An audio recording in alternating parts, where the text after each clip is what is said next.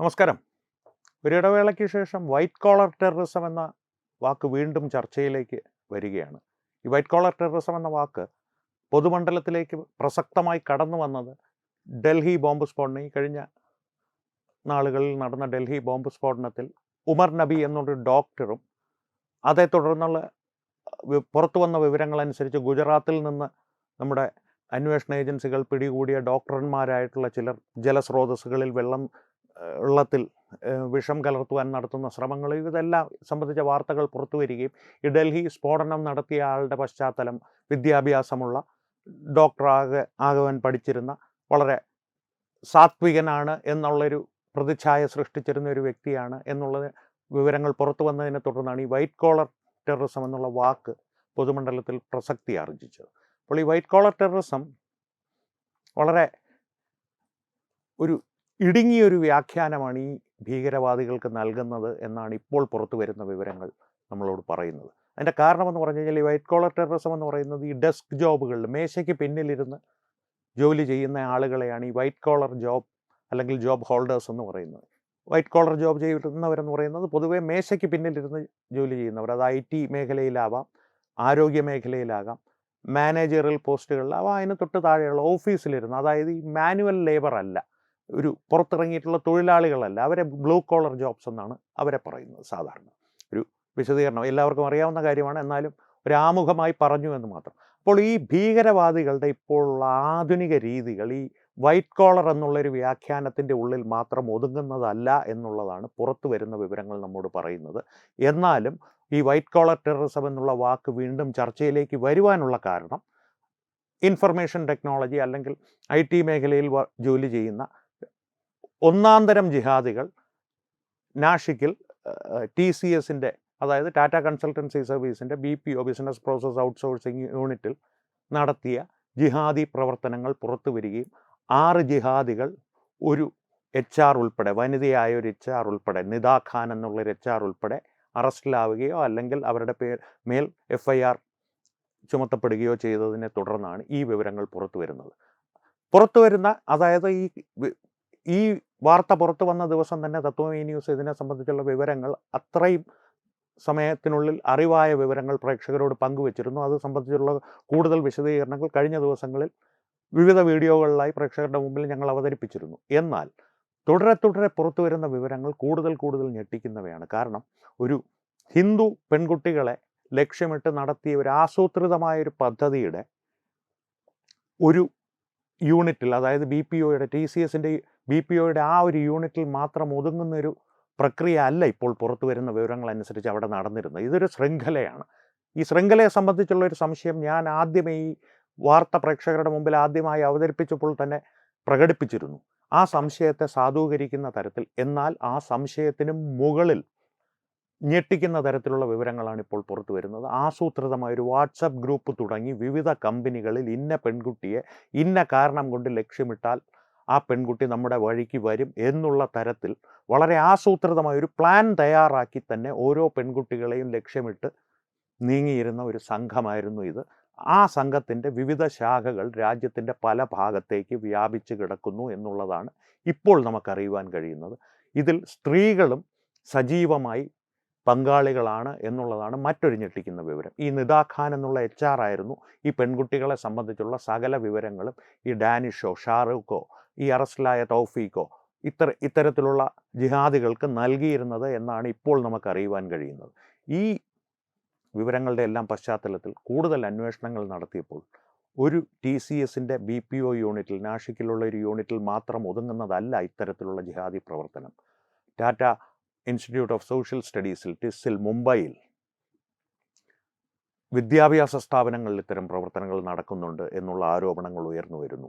ഈ നാഷിക്കിലെ BPO ഇപ്പോൾ ഏതാണ്ട് പൂട്ടുന്ന അവസ്ഥയിലേക്കാണ് കാര്യങ്ങൾ പോയിക്കൊണ്ടിരിക്കുന്നത്. മഹാരാഷ്ട്ര സർക്കാർ അതിനെതിരെ ശക്തമായ നടപടികളാണ് സ്വീകരിക്കുന്നത്, ഇനി അങ്ങോട്ട് കൈക്കൊള്ളുവാൻ പോകുന്നതും എന്നുള്ള വിവരങ്ങൾ ഔദ്യോഗികമായി തന്നെ നമുക്കറിയുവാൻ സാധിച്ചിട്ടുണ്ട്. പക്ഷേ ഈ ഒരു BPO യൂണിറ്റ് പൂട്ടിയത് കൊണ്ട് മാത്രം ഈ പ്രശ്നം അവസാനിക്കുന്നില്ല.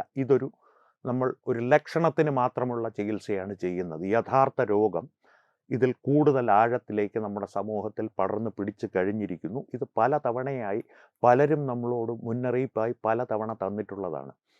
ഏറ്റവും കൗതുകകരമായിട്ടുള്ളൊരു മുന്നറിയിപ്പിനെ സംബന്ധിച്ച് ഞാൻ പറയാം. ദി ടൈഗർ എന്ന സുരേഷ് ഗോപിയുടെ ഒരു സിനിമ നിങ്ങൾ കണ്ടിട്ടുണ്ട്. വളരെ കാലം മുൻപ് പുറത്തിറങ്ങിയതാണ്.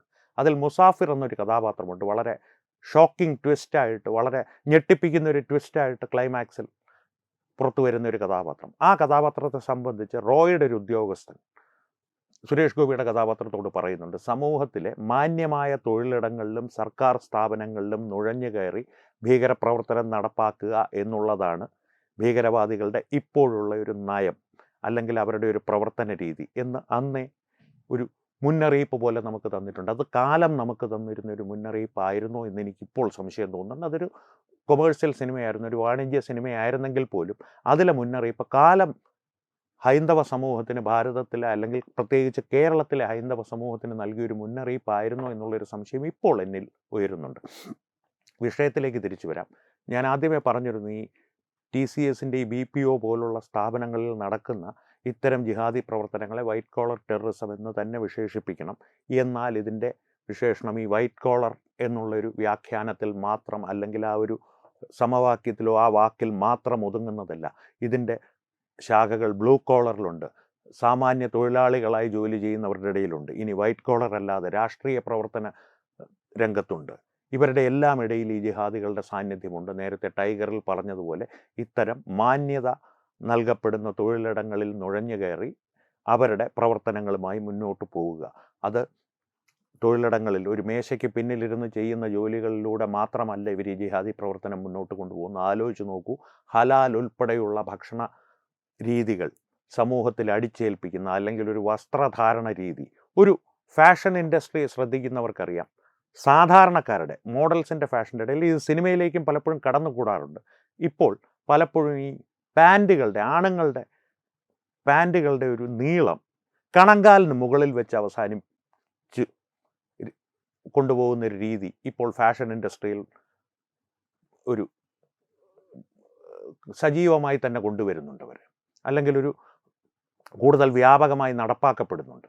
ഈ കണങ്കാൽ എന്ന് പറയുന്നത് നമ്മൾ പലപ്പോഴും ഈ ഇസ്ലാമിക ഭീകരവാദികളെ, ജിഹാദികളെ പരിഹസിക്കുവാനായിട്ട് അനിയൻ്റെ പാൻറ്റും ചേട്ടൻ്റെ ഷർട്ടും അപ്പം ചുട്ട് തലയിൽ കമഴ്ത്തിയ രീതിയിലുള്ള തൊപ്പിയും ഒക്കെ എന്ന് പറയാറുണ്ട്. ഈ അനിയൻ്റെ പാൻറ്റിൻ്റെ ഒരു പരിച്ഛേദമാണ്, അല്ലെങ്കിൽ ഒരു പരാവർത്തനമോ അല്ലെങ്കിൽ ഒരു പരിണാമമായിട്ടുള്ള ഒരു പാൻറ്റുകളാണ് ഇപ്പോൾ ആണുങ്ങളുടെ മേൽ ഒരു സാധാരണ ഫാഷൻ പ്രക്രിയയായി അല്ലെങ്കിൽ ഒരു ട്രെൻഡായി അടിച്ചേൽപ്പിക്കുവാൻ ശ്രമിക്കുന്നത്. അതും ഒന്ന് ശ്രദ്ധിക്കുക. ഹലാൽ പോലുള്ള വിഷയങ്ങൾ ഭക്ഷണത്തിൻ്റെ കാര്യത്തിൽ തൊഴിലിടങ്ങളിൽ പലയിടങ്ങളിലേക്കും നുഴഞ്ഞു കയറുന്നത് TCS പോലുള്ള സ്ഥാപനങ്ങളിൽ സംഭവിച്ച ഇത്തരം പ്രവർത്തനങ്ങളിലൂടെ നമുക്ക് വ്യക്തമാകുന്നു. ഇനി വിദ്യാഭ്യാസ സ്ഥാപനങ്ങളിൽ നടക്കുന്ന കാര്യങ്ങളെക്കുറിച്ച് മഹാരാഷ്ട്ര സർക്കാർ കൂടുതൽ അന്വേഷണങ്ങൾ നടത്തുന്നുണ്ട്. അതിനെ തുടർന്ന് ടിസ് പോലുള്ള സ്ഥാപനങ്ങളിൽ നിന്ന്, അവിടെ ജിഹാദികൾ മാത്രമല്ല, പലപ്പോഴും ജിഹാദികൾക്ക് പിണിയാളുകളായി പ്രവർത്തിക്കുന്ന അർബൻ നക്സലുകൾ ഉൾപ്പെടെയുള്ളവർ സജീവമായി തന്നെ വിദ്യാർത്ഥികളെ മസ്തിഷ്ക പ്രക്ഷാളനം ചെയ്യുവാനായി രംഗത്തുണ്ട് എന്നാണ് പുറത്തു വരുന്ന വിവരങ്ങൾ, അല്ലെങ്കിൽ ആരോപിക്കുന്ന ആരോപണങ്ങൾ. ആ സ്ഥാപനത്തിന് മേലോ അതുപോലുള്ള പല സ്ഥാപനങ്ങളുടെ മേലോ അതിനെ എതിർക്കുന്നവർ, ഇത്തരം പ്രക്രിയകളെ എതിർക്കുന്നവരോ അല്ലെങ്കിൽ ഇത്തരം പ്രക്രിയകളെ സജീവമായി കാര്യക്ഷമമായി നിരീക്ഷിക്കുന്ന സാമൂഹ്യ പ്രവർത്തകർ, അവരെ BJPക്കാരെന്നോ RSSകാരെന്നോ വിശ്വ ഹിന്ദു പരിഷത്തെന്നോ ബജ്രംഗദളെന്നോ എന്ത് വേണമെങ്കിൽ വിളിച്ചോളൂ, ഞാനവരെ സാമൂഹ്യ പ്രവർത്തകരെന്ന് മാത്രമേ വിളിക്കുകയുള്ളൂ. അവർ ആരോപിക്കുന്നത് ഇത്തരത്തിലുള്ള ഒരു അർബൻ നക്സൽ പ്രവർത്തനങ്ങൾ ഈ വിദ്യാഭ്യാസ സ്ഥാപനങ്ങളെ ചുറ്റിപ്പറ്റി അതിൻ്റെ ഉള്ളിൽ കാര്യക്ഷമമായി നടക്കുന്നുണ്ട്. അതിൽ വിദ്യാർത്ഥികൾ മാത്രമല്ല, അധ്യാപകരും സജീവ പങ്കാളികളാണ് എന്നാണ് അവർ ആരോപിക്കുന്നത്. അത് സംബന്ധിച്ചുള്ള വിശദമായ അന്വേഷണം ഈ TCSൽ നടന്ന ഈ പ്രവർത്തനങ്ങളുടെ, ഈ ജിഹാദി പ്രവർത്തനങ്ങളുടെ പശ്ചാത്തലത്തിൽ മഹാരാഷ്ട്ര സർക്കാർ കൂടുതൽ കാര്യക്ഷമമായി നടത്തുന്നുണ്ട് എന്നാണ് ഇപ്പോൾ നമുക്കറിയുവാൻ കഴിയുന്നത്. ഇനി ഞാൻ ആദ്യം പറഞ്ഞൊരു കാര്യത്തിലേക്ക് തിരിച്ചു വരാം. ഈ വൈറ്റ് കോളർ എന്നുള്ളൊരു ഡെഫിനിഷനിൽ മാത്രം ഒതുങ്ങുന്നതല്ല ഇപ്പോഴത്തെ ആധുനിക ജിഹാദി പ്രവർത്തനം. ഭക്ഷണത്തിൻ്റെ കാര്യം ഞാൻ പറഞ്ഞു, വസ്ത്രധാരണത്തിൻ്റെ കാര്യം ഞാൻ പറഞ്ഞു. ഒരു പ്രത്യേക മതത്തിൻ്റെ രീതികൾ ഒരു സമൂഹത്തിലേക്ക് അടിച്ച് ഏൽപ്പിക്കുവാനുള്ള വളരെ സോഫ്റ്റ് ആയിട്ടുള്ള, മൃദുവായിട്ടുള്ള പ്രവർത്തനങ്ങളാണ് ഈ ഇത്തരത്തിൽ നടക്കുന്നത്.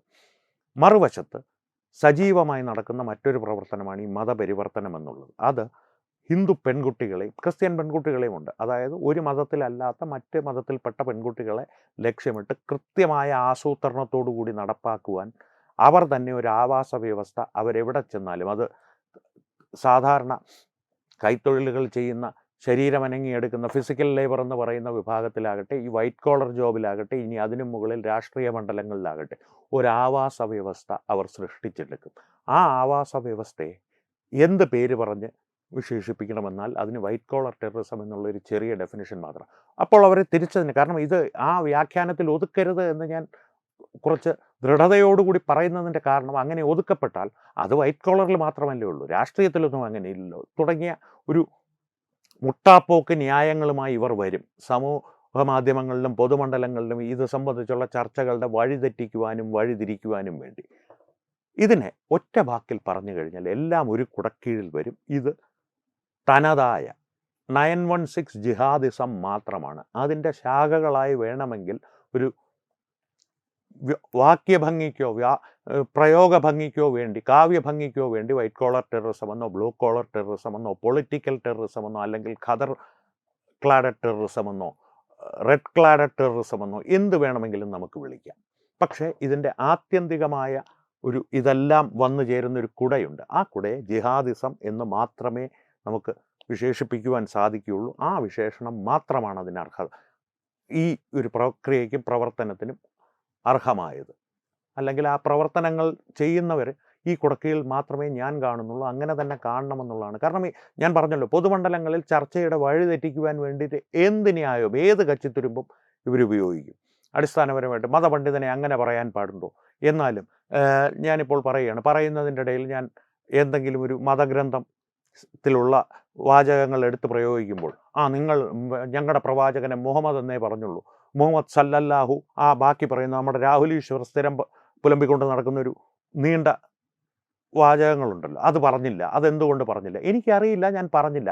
ഈ വഴിതിരിക്കലുകൾ അതിനുവേണ്ടി എന്ത് കച്ചിത്തുരുമ്പുകളും ഇവർ ഉപയോഗിക്കും. അതുകൊണ്ട് തന്നെയാണ് ഈ വൈറ്റ് കോളർ ടെററിസം എന്നുള്ള വാക്കിൻ്റെ കീഴിൽ ഈ ജിഹാദി പ്രവർത്തനങ്ങൾ, ആധുനിക ജിഹാദി പ്രവർത്തനങ്ങൾ ഒതുങ്ങുന്നില്ല എന്ന് ഞാൻ പറയുന്നത്.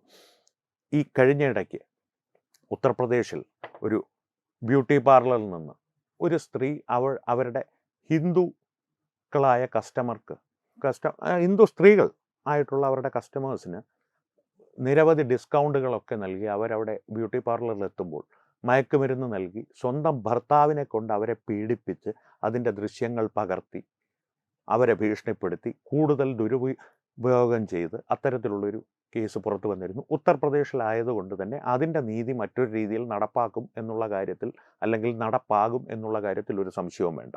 പക്ഷേ ഇത്തരത്തിലുള്ള പ്രവർത്തനങ്ങൾ ബ്യൂട്ടി പാർലർ കേന്ദ്രീകരിച്ചാണെങ്കിലും, ഭക്ഷണശാലകൾ കേന്ദ്രീകരിച്ചാണെങ്കിലും, BPOകൾ കേന്ദ്രീകരിച്ചാണെങ്കിലും, വിദ്യാഭ്യാസ സ്ഥാപനങ്ങൾ കേന്ദ്രീകരിച്ചാണെങ്കിലും, എന്തിന് വാടകയ്ക്ക് വീടുകൾ എടുക്കുന്ന പ്രക്രിയകളെ കേന്ദ്രീകരിച്ചാണെങ്കിലും, അതിൻ്റെ ബ്രോക്കർമാർ പോലും ഒരു തരത്തിൽ ഒരു വിഭാഗം ഇത്തരത്തിലുള്ള പ്രവർത്തനങ്ങളിൽ സജീവമാണ് എന്നുള്ളതിൻ്റെ വ്യക്തമായ തെളിവുകൾ നമ്മുടെ സമൂഹത്തിൽ പല തവണ നമ്മുടെ കൺമുമ്പിലൂടെ കടന്നു പോയിട്ടുണ്ട്. നാം ശ്രദ്ധിക്കാതിരുന്നത് മാത്രമാണ് അത് നമ്മുടെ സ്മൃതി മണ്ഡലത്തിൽ തങ്ങി നിൽക്കാത്തതിൻ്റെ ഒരേ ഒരു കാരണം. നമ്മുടെ സ്മൃതി എന്ന് പറയുന്നത്, നമ്മുടെ ഓർമ്മ എന്ന് പറയുന്നത് വളരെ ചുരുങ്ങിയ കാലത്തേക്കുള്ളൊരു സംഭവമാണ് ഇപ്പോഴത്തെ ആധുനിക കാലത്തെന്നുള്ളത് ഞാൻ മറക്കുന്നില്ല. എന്നാൽ പോലും നാം പലപ്പോഴും ശ്രദ്ധിക്കാതെ പോകുന്ന നിസ്സാര സംഭവങ്ങൾ ഇത്തരത്തിലുള്ള സൂചനകളും മുന്നറിയിപ്പുകളും നമുക്ക് നൽകുന്നവയാകാം.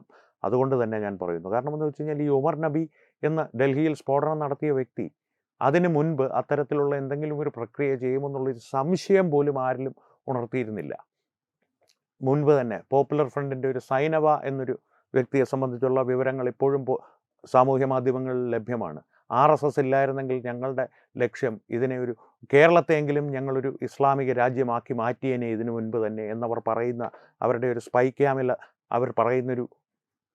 ക്യാമിൽ പിടിച്ചെടുത്ത അവരുടെ ആശയം സ്പൈ ക്യാമിൽ പിടിച്ചെടുത്ത ഒരു വീഡിയോ ഇപ്പോഴും സാമൂഹ്യ മാധ്യമങ്ങളിൽ ലഭ്യമാണ്. ഒന്ന് പരീക്ഷിച്ച് നോക്കി, ഏതൊക്കെ മണ്ഡലങ്ങളിലാണ് ഇവർ പടർന്നു പിടിച്ചിരിക്കുന്നതെന്ന് ചിന്തിക്കുവാൻ പോലും ചിലപ്പോൾ നമുക്കൊന്നും ആവില്ല, സാധാരണക്കാർക്കാവില്ല. കാരണം ഭക്ഷണത്തിലും പ്രണയത്തിലും പാചകത്തിലും വസ്ത്രത്തിലും എല്ലാത്തിലും അതിൻ്റെ ഉദ്ദേശമല്ല. ഞാൻ വസ്ത്രം ധരിക്കുന്നത് എൻ്റെ ഒരു ശരീരത്തിൻ്റെ ഭംഗിക്കും നാണം മറയ്ക്കുവാനും വേണ്ടിയിട്ടാണ്. ഞാൻ ഭക്ഷണം കഴിക്കുന്നത് എനിക്ക് വിശപ്പ് മാറുവാൻ വേണ്ടിയിട്ടാണ്. ഞാൻ സിനിമ കാണുന്നത് എനിക്ക് വിനോദം ലഭിക്കുവാൻ വേണ്ടിയിട്ടാണ്. ഇതൊന്നുമല്ല അവരുടെ ഉദ്ദേശം. ഭക്ഷണത്തിൽ മതം, വസ്ത്രത്തിൽ മതം, സിനിമയിൽ മതം, ചെരുപ്പിൽ മതം, നടക്കുന്നതിൽ മതം, വാ കുലുക്കുഴിഞ്ഞ് വാ വൃത്തിയാക്കുന്നതിൽ മതം, ബാത്റൂമിൽ പോകുന്നതിൽ മതം. ഇതെല്ലാം വ്യക്തിപരമായിട്ട് അവർ അനുഷ്ഠിച്ചു വരുന്ന കർമ്മങ്ങൾ മാത്രമായിരുന്നെങ്കിൽ ഒരു പ്രശ്നവുമില്ല. അവരെങ്ങനെ വേണമെങ്കിലും ചെയ്തോട്ടെ, അത് അവരുടെ സ്വാതന്ത്ര്യമാണ്. പക്ഷേ ഇക്കാര്യങ്ങളെല്ലാം ഞാനും ചെയ്യണമെന്നൊരാൾ വാശി പിടിക്കുമ്പോഴാണ് ഇതൊരു ഭീകരവാദത്തിൻ്റെ തലത്തിലേക്ക് പോകുന്നത്. വാശി പിടിക്കുമ്പോൾ, അല്ലെങ്കിൽ എന്നോട് പറയുകയാണ് ഇങ്ങനെ ചെയ്യുന്നത് നന്നായിരിക്കുമെന്ന് പറയുകയാണെങ്കിൽ ശരി, കുഴപ്പമില്ല. പക്ഷെ ഇങ്ങനെ തന്നെ ചെയ്തേ പറ്റുകയുള്ളൂ എന്നാണ് ഇവരുടെ ആത്യന്തികമായ ഈ പ്രചാരണത്തിൻ്റെ അവസാനം. കാരണം പ്രചാരണം തുടങ്ങുന്നത് ഞാൻ നേരത്തെ പറഞ്ഞതുപോലെ വളരെ മര്യാദയ്ക്ക് ഇങ്ങനെ ഒന്ന് ചെയ്ത് നോക്കിക്കൂടെ? ഒരു 30 ദിവസം ഒന്ന് പട്ടിണി കിടന്ന് നോക്കിക്കൂടെ? അല്ലെങ്കിൽ അവർ കണങ്കാല് വരെയുള്ള പാൻ്റൊന്ന് ധരിച്ച് നോക്കിക്കൂടെ? അല്ലെങ്കിൽ നിസ്കരിക്കുമ്പോൾ വാ കൂടെ വന്ന് നിസ്കരിക്കൂ, അത് ചെയ്തു നോക്കിക്കൂടെ? ഇങ്ങനെയുള്ള വളരെ സമാധാനപരമായിട്ടുള്ള, നമ്മളോട് വളരെ സൗഹാർദ്ദപരമായിട്ടുള്ള ഒരു ആശയ സംവാദമായിട്ടായിരിക്കും ഇത് തുടങ്ങുന്നത്. കുറച്ച് കഴിയുമ്പോൾ ഇതൊരു വാശിയായി മാറും. കാരണം 10 പേര് ഇത്തരത്തിലുള്ള സൗഹാർദ്ദപരമായിട്ടുള്ള സംവാദത്തിൽ വീണുപോയി ഇതിനെ പിന്തുടർന്ന് തുടങ്ങിക്കഴിഞ്ഞാൽ ഒരു സമൂഹത്തിൽ മുഴുവൻ ഇത്തരത്തിലുള്ള പ്രക്രിയകൾ ഒരു ശീലമായി തന്നെ നടപ്പാക്കണമെന്ന് ഇവർ വാശി പിടിച്ചു തുടങ്ങും. അല്ലെങ്കിൽ ഇവരുടെ ഈ അനുഷ്ഠാനങ്ങൾക്ക് എതിരായിട്ടുള്ള, അല്ലെങ്കിൽ എതിരാണെന്ന് അവർ കണക്കാക്കുന്ന ബാങ്ക് വിളി അനുവദനീയം, അമ്പലത്തിലെ പാട്ട് ബാങ്കിൻ്റെ സമയത്ത് പാടില്ല എന്ന് പറഞ്ഞ് തുടങ്ങും. കേരളത്തിൽ തന്നെ അത്തരത്തിലുള്ള നിരവധി സംഭവങ്ങൾ ഉണ്ടായിട്ടുണ്ട്. ആശ്രമം വരെ ജിഹാദികൾ കയറി അടിച്ചു തകർക്കുന്ന തലത്തിലേക്ക് കാര്യങ്ങൾ പോയിട്ടുണ്ട്. പിന്നീട് മാപ്പ് പറഞ്ഞ് തടിയൂരുകയൊക്കെ ചെയ്തിട്ടുണ്ടെങ്കിൽ പോലും പലയിടങ്ങളിലും ഘോഷയാത്രകൾ പോകുമ്പോൾ അത് പാടില്ല. ശബരിമലയിലുള്ള തീർത്ഥാടകർക്ക് നേരെ വരെ ആക്രമണം ഉണ്ടായിട്ടുണ്ട്. ഇതെല്ലാം നമ്മുടെ മാധ്യമങ്ങൾ അകത്തെ പേജിൽ ഒരു കോളം വാർത്തയായി ഒതുക്കി പിന്നീട് അത് വിസ്മൃതിയിലേക്ക് തള്ളിവിടുന്ന രീതിയിലുള്ള ഒരു പ്രക്രിയയും നമ്മുടെ സമൂഹത്തിൽ, കേരള സമൂഹത്തിൽ പ്രത്യേകിച്ച് നടപ്പാക്കപ്പെടുന്നുണ്ട്. ഭാരതീയ സമൂഹത്തിൻ്റെ കാര്യം എടുക്കുകയാണെങ്കിൽ മുംബൈയിലും മഹാരാഷ്ട്രയിൽ മുഴുവനായും മധ്യപ്രദേശിലും ഉത്തർപ്രദേശിലുമൊക്കെ കാര്യമായ മാറ്റങ്ങൾ ഇതിന് നേരെയുള്ള പ്രതികരണങ്ങളിലും പ്രതിക്രിയകളിലും വന്നിട്ടുണ്ട്. എന്നാൽ പോലും ഇപ്പോഴും ഈ ജിഹാദികളുടെ വേരുകൾ സമൂഹത്തിലേക്ക് ആഴ്ന്നിറങ്ങി തന്നെ കിടക്കുകയാണ്. അതുകൊണ്ടാണ് ഞാൻ പറഞ്ഞത്, ഈ വൈറ്റ് കോളർ ടെററിസത്തിൽ മാത്രം ഒതുങ്ങുന്നതല്ല ഇവരുടെ വ്യാഖ്യാനങ്ങൾ, അല്ലെങ്കിൽ ഇവരുടെ രീതികൾ, ശീലങ്ങൾ, ഇവരുടെ രൂപങ്ങൾ, ഭാവങ്ങൾ. ഇവർ ഏത് തരത്തിലും വരാം. ഇനി ഞാൻ നേരത്തെ പറഞ്ഞല്ലോ, പൊതുമണ്ഡലങ്ങളിൽ ശ്രദ്ധ തിരിക്കുവാനായി ഏത് കച്ചിത്തുരുമ്പും ഇവർ കയറിപ്പിടിക്കും, അതെടുത്ത് പ്രയോഗിക്കുകയും ചെയ്യുമെന്നുള്ളത്. അതിൽ ഇപ്പോൾ ഇവർ സമൂഹ മാധ്യമങ്ങളിൽ അല്ലെങ്കിൽ പൊതുമണ്ഡലങ്ങളിൽ ഉപയോഗിക്കുന്ന ഏറ്റവും മൂർച്ചയേറിയ ഒരു ആയുധമാണ്, പലപ്പോഴും സാധാരണക്കാരായിട്ടുള്ള ഹിന്ദുക്കളും ക്രിസ്ത്യാനികളും ചൂളിപ്പോകുന്നൊരു ആരോപണമാണ്, ഇത്തരത്തിൽ ജിഹാദികളെ സഹായിക്കുന്നതിൽ അല്ലെങ്കിൽ പാകിസ്ഥാന് വേണ്ടി ചാരപ്രവൃത്തി നടത്തി പിടിക്കുന്നവരിൽ പലരും ഹിന്ദുക്കളാണ്, ഹിന്ദു വ്ളോഗർമാരാണ്. അതിന് ഞാൻ കണ്ടിട്ടുള്ള മറുപടി എന്ന് പറയുന്നത്, അവരെ ആരും സപ്പോർട്ട് ചെയ്യുന്നില്ല, അവരെ എല്ലാം തള്ളിപ്പറയാണ്. അതിൻ്റെ മറുപടി അതല്ല എന്നുള്ളതാണ് എൻ്റെ വിനീതമായ അഭിപ്രായം. ഒരു കാര്യം ഞാൻ നിങ്ങളോട് പറയാം. നരേന്ദ്രമോദി, നമ്മുടെ ബഹുമാനപ്പെട്ട പ്രധാനമന്ത്രി ശ്രീ നരേന്ദ്രമോദി എവിടെ സഞ്ചരിക്കുമ്പോഴും, പ്രത്യേകിച്ച് വിദേശ രാജ്യങ്ങളിൽ സഞ്ചരിക്കുമ്പോഴും 140 കോടി ഭാരതീയർ, അവരെ പ്രതിനിധീകരിച്ചാണ് ഞാൻ നിങ്ങളുടെ മുൻപിലെത്തിയിരിക്കുന്നത് എന്നാണ് പറയുന്നത്. ഈ അടുത്ത കാലത്ത് പോലും അതിനെ തമാശയായിട്ട് റൈറ്റ് വിങ്ങേഴ്സ്, BJP-കാരും സംഘപരിവാറുകാരും പറയുന്നത്, ഈ 140 കോടി ഇപ്പോൾ 180 ആയെന്ന് പറയപ്പെടുന്നു. ഈ 10 കോടി ഒഴിവാക്കിയിരിക്കുന്നത് ഇത്തരം ജിഹാദി പ്രവർത്തനങ്ങൾ നടത്തുന്നവരെയും അവരെ സഹായിക്കുന്ന യൂസ്ഫുൾ ഇഡിയറ്റ്സിനെയും പ്രതിനിധീകരിക്കാനാണ് ഈ 10 കോടിയെ അദ്ദേഹം ഒഴിവാക്കുന്നതെന്ന് തമാശ രൂപേണ, പരിഹാസ രൂപേണ പറയാറുണ്ട്. അതിലൊരു സത്യം ഉണ്ട്. അവിടെയാണ് ഈ പറയുന്ന ഹിന്ദുക്കൾ ഈ 10 കോടികളിൽ പെടുന്ന ഹിന്ദു നാമധാരികൾ. ആലോചിച്ച് നോക്കൂ, ഏത് രാജ്യത്തും, പ്രത്യേകിച്ച് ഇന്ത്യയെ പോലെ ഇത്രയും ജനസംഖ്യ ഉൾക്കൊള്ളുന്ന ഒരു രാഷ്ട്രത്തിൽ ജിഹാദികൾക്ക് അവരുടെ പിണിയാളുകളായ, അവർക്കുള്ള യൂസ്ഫുൾ ഇഡിയറ്റ്സ് ആയിട്ട് ആളെ കിട്ടാനാണോ പാട്? അത് കൂടുതൽ കിട്ടുന്നത് ഒരുപക്ഷെ ഹിന്ദു സമൂഹത്തിൽ നിന്നോ, ക്രിസ്ത്യൻ സമൂഹത്തിൽ നിന്നോ, സിഖ് സമൂഹത്തിൽ നിന്നോ ആയിരിക്കും. കാരണം അവരാണ് എണ്ണത്തിൽ കൂടുതൽ. അവരെയാണ് ഈ മസ്തിഷ്ക പ്രക്ഷാളനം ചെയ്ത് തയ്യാറാക്കി നിർത്തിയിരിക്കുന്നത്. ഉദാഹരണം പറഞ്ഞു തരാം. നമ്മുടെ ഈ സമീപകാലത്ത്, ഈ കഴിഞ്ഞ നാളുകളിൽ നടന്ന വൈറൽ കല്യാണമുണ്ടല്ലോ, കുംഭമേളയിലെ പെൺകുട്ടി. ആ പെൺകുട്ടിക്ക് പ്രായപൂർത്തിയായിട്ടില്ല എന്നുള്ള വിവരങ്ങൾ മൂലം മധ്യപ്രദേശ് സർക്കാരും അനുബന്ധ സംഘടനകളും പുറത്തു കൊണ്ടുവന്നിട്ടുണ്ട്. ഈ വിവാഹത്തിന് സഹായികളായി നിന്നത് ആരാണ്? അല്ലെങ്കിൽ മുഖ്യ കാർമ്മികത്വം വഹിച്ചത് ആരാണ്? കമ്മ്യൂണിസ്റ്റ് പാർട്ടിയിലെ V. Sivankutty, MV. Govindan, A. റഹീം ഉണ്ടായിരുന്നു. A. റഹീമിനെ തൽക്കാലം ഇതിൽ കൂട്ടണ്ട. കാരണം എന്ന് വെച്ച് കഴിഞ്ഞാൽ ഇവർക്ക് ശിവൻകുട്ടിയെയും MV ഗോവിന്ദനെയും പോലുള്ള യൂസ്ഫുൾ ഇഡിയറ്റ് അല്ല A A റഹീമിൻ ജിഹാദികൾക്ക്. A A റഹീം ഞമ്മൻ്റെ ആളാണ്, ഇവരല്ല.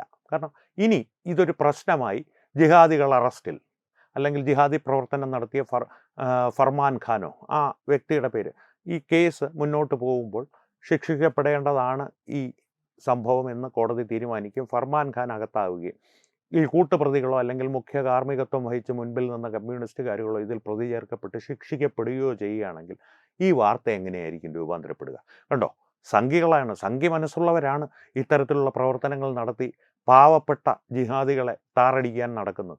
ശിവൻകുട്ടിയും MV ഗോവിന്ദനും യാതൊരു മനസാക്ഷിയുമില്ലാതെ സംഘികളാക്കപ്പെടും. ഇത്തരത്തിലുള്ള ശിവൻകുട്ടികളും MV ഗോവിന്ദന്മാരുമാണ് ഈ ചാരപ്രവർത്തനം നടത്തി അറസ്റ്റിലാകുന്ന 99% പേരും. 1%, 2% ആളുകൾ ഇതിൽ പെട്ടുപോയവരുണ്ടാകും. ഇനി BJP ക്യാമ്പുകളിലുള്ളവർ ഇതിൽ പെടുന്നില്ലേ എന്ന് ചോദിച്ചു കഴിഞ്ഞാൽ ഉണ്ട്. ഈ നുഴഞ്ഞു കയറുന്ന അവർക്ക് BJP ക്യാമ്പുകളിലേക്കോ അല്ലെങ്കിൽ അതിൻ്റെ ഒരു സംഘടനകളിലേക്കോ നുഴഞ്ഞു കയറുവാനാണോ പാട്? ഇപ്പോൾ പെട്ടെന്ന് ഓർമ്മ വന്നതാണ്, അതുകൊണ്ട് പേര് ഞാൻ കൃത്യമായിട്ട് ഓർക്കുന്നില്ല. 2014 മുതൽ 2018 വരെയുള്ള കാലഘട്ടത്തിനിടയിൽ കാസർഗോഡുള്ള BJPയുടെ ന്യൂനപക്ഷ മോർച്ചയുടെ ഒരു നേതാവ് പുറത്താക്കപ്പെടുകയും, ന്യൂനപക്ഷ മോർച്ചയിൽ നിന്ന് പുറത്താക്കപ്പെടുകയും അയാളുടെ പേരിൽ ഒരു കേസ് കൊടുക്കപ്പെടുകയും FIR രജിസ്റ്റർ ചെയ്യപ്പെടുകയും ചെയ്തിരുന്നു. കേസ് എന്തായിരുന്നെന്നോ അറിയാമോ? K സുരേന്ദ്രനെ വധിക്കുവാനുള്ള പദ്ധതി തയ്യാറാക്കി. ഇത്തരത്തിലുള്ള ആളുകൾ BJPയിലേക്ക് നുഴഞ്ഞു കയറിയിട്ടുണ്ട്, അതിന് സംശയമൊന്നുമില്ല. ഇതാണ് ഇവരുടെ ഒരു പ്രവർത്തന രീതി ഇപ്പോൾ ആധുനിക കാലത്ത് നമ്മുടെ മുൻപിൽ തെളിഞ്ഞു വരുന്നത്. തെളിഞ്ഞു വരാത്തത് നമ്മൾ അറിയാത്ത എത്രയോ പ്രവർത്തന രീതികൾ ഇവർക്കുണ്ടാകാം. അതുകൊണ്ട് ജാഗ്രത പാലിക്കുക. വൈറ്റ് കോളർ ടെററിസം കേവലം ഒരു വ്യാഖ്യാനം മാത്രമാണ്. അതിൻ്റെ എല്ലാം മുകളിൽ ജിഹാദിസം എന്നൊരു കുട വിരിഞ്ഞു നിൽപ്പുണ്ട്. അതിൻ്റെ വേരുകൾ സമൂഹത്തിലേക്ക് ആഴ്ന്നിറങ്ങിക്കിടപ്പുണ്ട്. ജാഗ്രതയോടെ ഇരിക്കുക. വീണ്ടും കാണാം. നന്ദി, നമസ്കാരം. വിട്ടുവീഴ്ചയില്ലാത്ത നിലപാടുകളുമായി ദേശീയതയുടെയും സമാജത്തിൻ്റെയും ശാക്തീകരണത്തിനു വേണ്ടി തത്വമയിയുടെ ജൈത്രയാത്ര തുടരുകയാണ്. യൂട്യൂബിൽ മാത്രം തത്വമയിക്ക് 10 ലക്ഷം സബ്സ്ക്രൈബേഴ്സിലേക്ക് എത്താൻ ഏതാനും ചുവടുകൾ മാത്രമാണ് ബാക്കി. മറ്റ് സോഷ്യൽ മീഡിയ പ്ലാറ്റ്ഫോമുകളിലും തത്വമയിയുടെ നിറസാന്നിധ്യം തുടരുകയാണ്. ഈ അവസരത്തിൽ ഞങ്ങൾക്ക് നിങ്ങളോടുള്ള അഭ്യർത്ഥന ഞങ്ങളോടൊപ്പം നിൽക്കുക എന്നുള്ളതാണ്. നിങ്ങൾ ഉപയോഗിക്കുന്ന ഏത് സോഷ്യൽ മീഡിയ പ്ലാറ്റ്ഫോം ആണെങ്കിലും ഞങ്ങളുടെ വരിക്കാരാകുക, ഞങ്ങളെ സബ്സ്ക്രൈബ് ചെയ്യുക, നിങ്ങളുടെ സുഹൃത്തുക്കളിലേക്ക് തത്വമയിയുടെ ഈ സന്ദേശം പ്രചരിപ്പിക്കുക. ഞങ്ങളോടൊപ്പം നിൽക്കൂ, രാഷ്ട്രത്തോടൊപ്പം നിൽക്കൂ, ദേശീയതയ്ക്കൊപ്പം സഞ്ചരിക്കൂ.